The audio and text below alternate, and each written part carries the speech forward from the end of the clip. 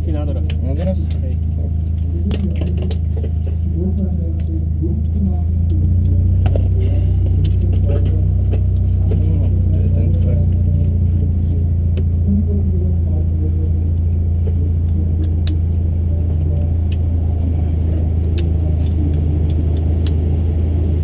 Dobre, môžeme ísť? Ačko? My sme? Dobre, OK, tak poďme. Nikoho nezraziť. Spojka reaguje až hore. Dobre. Dobre. Správa nikto? Dobre. Dobre, ruky na volant, tak ako sa patria. Tak aspoň sa si trať prešiel. Dobre, dobre. Uvidíme zase, čo to bude v tomto aute.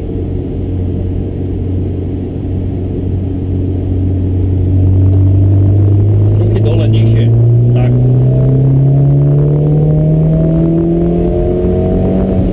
Tú šporku tak citlivo stačí iba naznačiť, dobre? Ona reaguje pekne, len... Toto je iná spojka reakcia. No.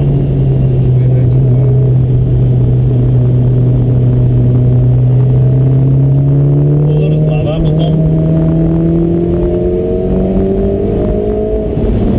Radšej ju pustíme a hneď sa skúsme za ňou závesiť. Ide rýchlo, takže asi pozná trať.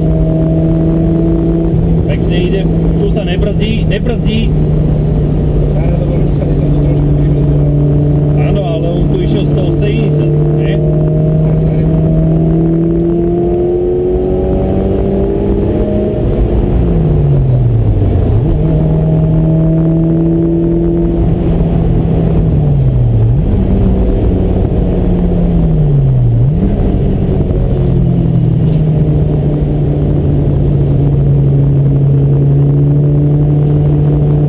Uvoľniť.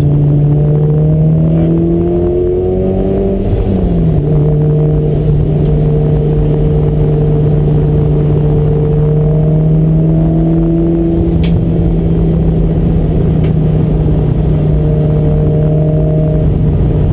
Úplne z ľavej strany. Tá štvorka je tam dobrá. Hej? No jasne.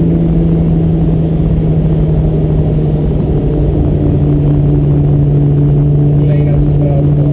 Ale jasné, každé auto je iné.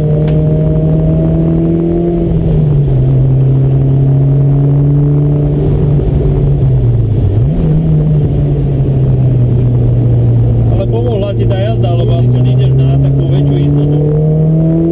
Naozaj tie prejazdy sú pekné.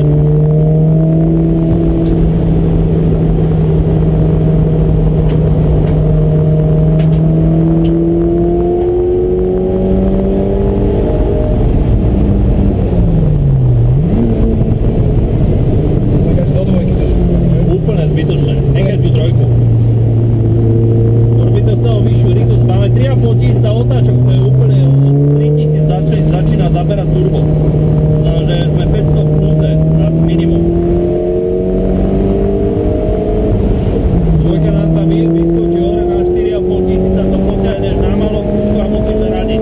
Úplne zbytočné.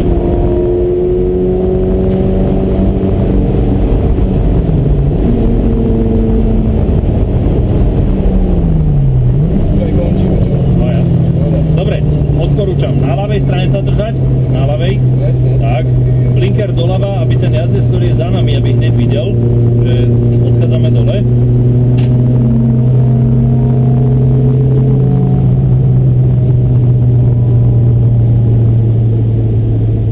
No, ešte by som si zakryl. Dobre, som nakryl. Dáme nejaký ďalší termín.